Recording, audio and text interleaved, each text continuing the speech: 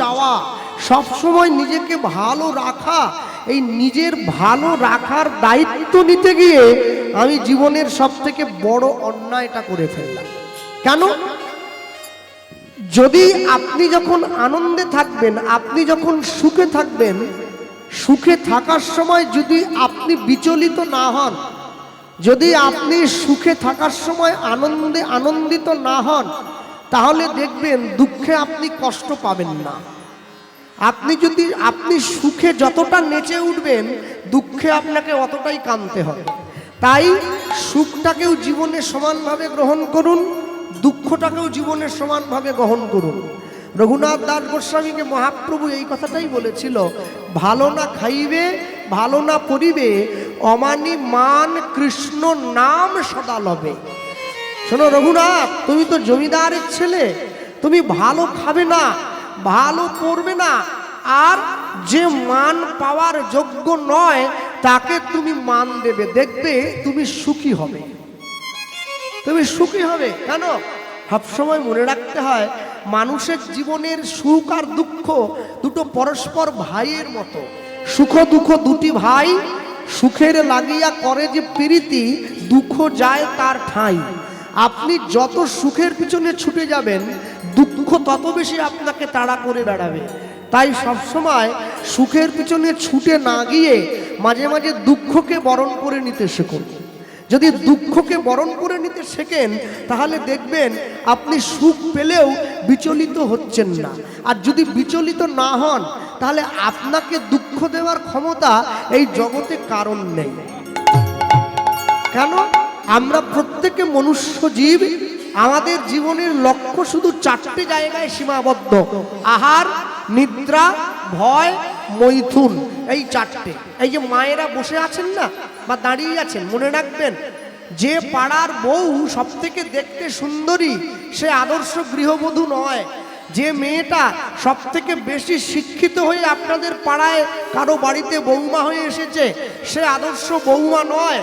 যে মেয়েটা সব থেকে ভালো রান্না করতে পারে আপনাদের পাড়ায় বৌমা হয়ে এলো, সে সব থেকে আদর্শ গৃহবধূ নয়। তাহলে আদর্শ গৃহবধূ কে? যে মেয়েটা পাড়াতে বৌমা হয়ে এসে নিজের পরিবারকে, সকলকে কৃষ্ণ নামের মন্ত্রে আশ্রিত করে ভগবানের চরণটা চিনিয়ে দিতে পেরেছে, সেই হচ্ছে আদর্শ গৃহবধূ। আদর্শ গৃহবধূ হতে গেলে তার জন্য অনেক কষ্ট সাধ্য করতে হয়। ঠিক তেমনি আদর্শ মানুষ হতে গেলেও তার জীবনে অনেকটা কষ্ট করতে হয়। হ্যাঁ, মান আর হুঁশ এই দুটো জিনিস সমান পরিমাণে রাখতে হয়। প্রণমোহ কলিযুগ সর্বযুগ সার, এক এক করে তিনটে যুগ চলে গিয়েছে: সত্য, ত্রেতা, দাপর। তিনটে যুগ, তিন যুগে ভগবান এসেছেন। সত্য যুগে 5 বার এলেন, মৎস্য, কুর্ম, বরাহ, নৃসিংহ, বামন। ত্রেতা যুগে 2 বার এলেন, রাম, পরশুরাম। দাপর যুগে 1 বার এসেছেন কৃষ্ণ। কলিযুগে 1 বার এসেছেন বুদ্ধ হয়ে, আরেকবার আসবেন উড়িষ্যার সম্বলপুরে বিষ্ণুযশা ব্রাহ্মণের ঘরে কল্কি অবতার রূপে। আসতে কথা বলবেন না। আচ্ছা, সত্য যুগে ভগবান 5 বার এলেন। আচ্ছা, যে গ্রামে মাসে 5 বার পুলিশ আসে সে গ্রামের লোক ভালো হয় নাকি? ওরা শুধু লড়াই করে। আর পুলিশ তো একা আসেনি, হাতে একবারে লাঠি সোটা নিয়ে যায়, এত ঝগড়ুটে লোক। সত্য যুগে ভগবান 5 বার শুধু ঝগড়া করে ওই লোকগুলো, ভগবানকে 5 বার আসতে হয়েছে। ত্রেতা যুগের লোক একটু ঝগড়াটা কমিয়ে দিয়েছে, 2 বার এসেছেন। দাপর যুগে ঝগড়া বেশি হলে কি হবে? ভগবান 1 বার আসাতেই কাজ হয়ে গেছে, কৃষ্ণ। কলিযুগের লোক আসতে, এরা ঝগড়া বেশি করে না, তবে হিংসে বেশি করে। গায়ে তো জোর কম, হিংসেটা প্রচুর আছে। আপনার 3 তলা বাড়ি, আমার কেন কুড়ে ঘর, হিংসে হচ্ছে। আপনি কেন বড় গাড়িতে চাপবেন, আমি কেন রিক্সা, হিংসে হচ্ছে। আপনি কেন ডাল ভাত খাচ্ছেন, আমি কেন খিচুড়ি, হিংসে হচ্ছে। এই হিংসে থামানোর জন্য ভগবানকে 1 বার আসতে হয়েছিল বুদ্ধ রূপে। আরেকবার ভগবান এলেন, পৃথিবীর প্রথম পঞ্চায়েত অফিস গড়ে তুললেন নবদ্বীপের শিবাসঙ্গন চৈতন্য মহাপ্রভু রূপে। আরেকবার ভগবান আসবেন কোথায়? উড়িষ্যার সম্বলপুরে বিষ্ণুযশা ব্রাহ্মণের ঘরে কল্কি অবতার রূপে। আচ্ছা, তাহলে এরপরে বলা হলো এই 3টে যুগকে প্রণাম না করে প্রণমোহ কলিযুগ সর্বযুগ সার, এরপরে বললেন হরিনাম সংকীর্তন যাহাতে প্রচার। কলিযুগকে প্রণাম করছি। কেন প্রণাম করলাম? কলিযুগকে প্রণাম করার সব থেকে বড় কারণ হলো কলিযুগের মাটিতে হরিনাম সংকীর্তন প্রচার হয়েছে। আর এই হরিনাম যবনেও নাচে গায়ে লয়ে হরিনাম, হেন অবতারে বঞ্চিত দাস বলরাম। হ্যাঁ, আমি মুর্শিদাবাদে কীর্তনে গিয়ে এক মুসলমান ভাই আমাকে একটা মজার প্রশ্ন করেছিল, আচ্ছা কৃষ্ণবাবু, আমি বলুন আপনার কীর্তন মাঝে মধ্যে ইউটিউবে আমরা দেখতে পাই। আমি বাহ, শোনেন নাকি? বলে না, সবসময় শুনি না, আমাদের হয়ে যে কথাগুলো বলেন সেগুলোই একটু শুনি। বলি তা শুনবেন তো, অসুবিধে কি আছে? বলে আচ্ছা আপনারা এই কপালে তিলক কেন দেন? কোনো মানুষকে দেখি, কোনো কীর্তনীয়কে দেখি সাদা দেয়, হ্যাঁ আপনি আবার কালো দিয়েছেন। তাই মনে মনে হলো কি করে বোঝাই ভাই তোমাকে। তা আমি দেখলাম ওনার মাথায় আবার টুপি আছে, ছোট টুপি। তাহলে দাদা আপনি টুপি কেন পরেছেন? বলে ওটা অনেক ব্যাপার, ওটা আপনাকে বললে আপনি বুঝবেন না। তাহলে ওটা যেমন অনেক ব্যাপার, এটাও তেমনি অনেক ব্যাপার, এটা আপনি বুঝবেন না, মানে এটা আপনাকে ঠিক বলা যাবে না। আপনি যে কারণে টুপিটা পরেছেন আমি সেই কারণেই তিলকটা দিয়েছি। তিলক শুধু বৈষ্ণবরা দেবে তা নয়, যারা ভগবানের চরণ আশ্রয় করেছে ওরা তিলক দেবে, আর বাকিরা ওকে টোন কাটবে, এ করলে চলবে না। তিলক সবাই দিতে পারে। ও আমার দেশের মাটি তোমার পরে ঠেকাই মাথা। দেশের মাটি কপালে ঠেকালে কেউ ছোট হয়ে যায় না। রাস্তায় পুলিশ দেখলে যেমন সম্মান করি, ডাক্তারবাবুকে সম্মান করি, পুরনো মাস্টারমশাইকে সম্মান করি, বৈষ্ণবকে দেখলেও তোমাকে সম্মান করতে হবে, তবে তুমি ভগবানের কৃপা পাবে। আর না হলে যতই ওই ঠাকুরের সামনে গিয়ে কোনো লাভ নেই, নিটফল জিরো। তুমি আসল জায়গাটায় ভালোবাসো না, নকল জায়গাটায় গিয়ে হাততালি দিয়ে তাকে কি দেখাচ্ছে? হ্যাঁ, আমি আসার সময় প্রণাম করতে উঠে এক মাকে দেখলাম, সে রাধা গোবিন্দকে পিছন দিকে নিয়ে সেলফি তুলছে। আমাকে দেখে আবার ফোনটা লুকিয়ে নিচ্ছে। মা, ভগবানকে পিছন দিকে দিয়ে ছবি তুলতে নেই, সামনে রেখে ছবি তুলতে হয়। হ্যাঁ, আর বলতে গিয়ে বলি দূরমতি অতি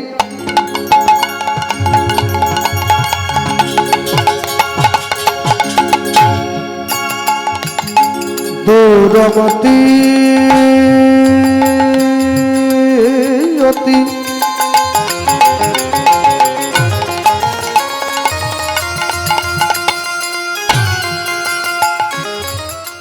ওই পতি পতি ওই পতিত পাশন্ডি হলুদ্ধলি হৃদয় দূরমতি মতি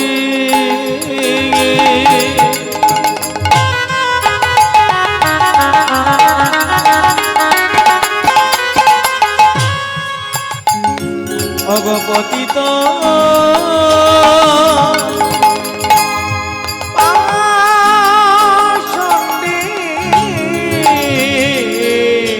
দূরমতি অতি পতিত পতিত পাশন্ডি ওই না দূরমতি মতি পতিত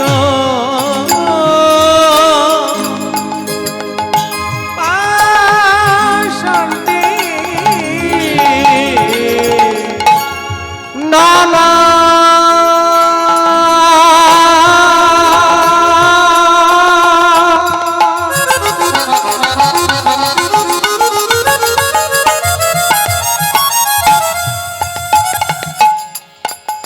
প্রাণিনা প্রাণিনা প্রাণিনা প্রাণিনা মারিল কারে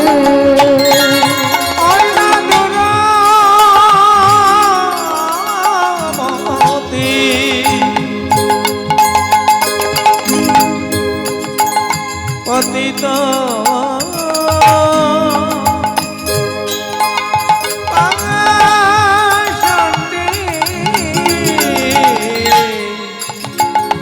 নানা বাণী না মানিল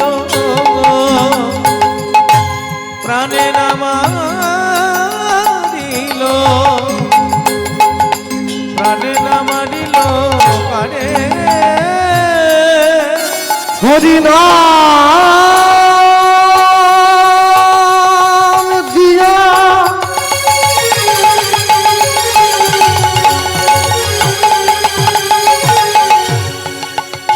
জীবের হৃদয় সধিল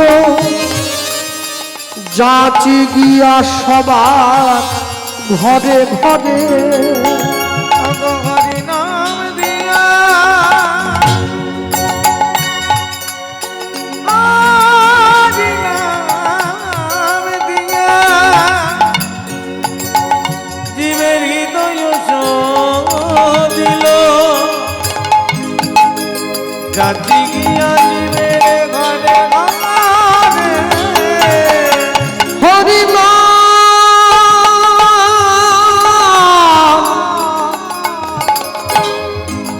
নাম দিয়া জীবের হৃদয় সৌধিল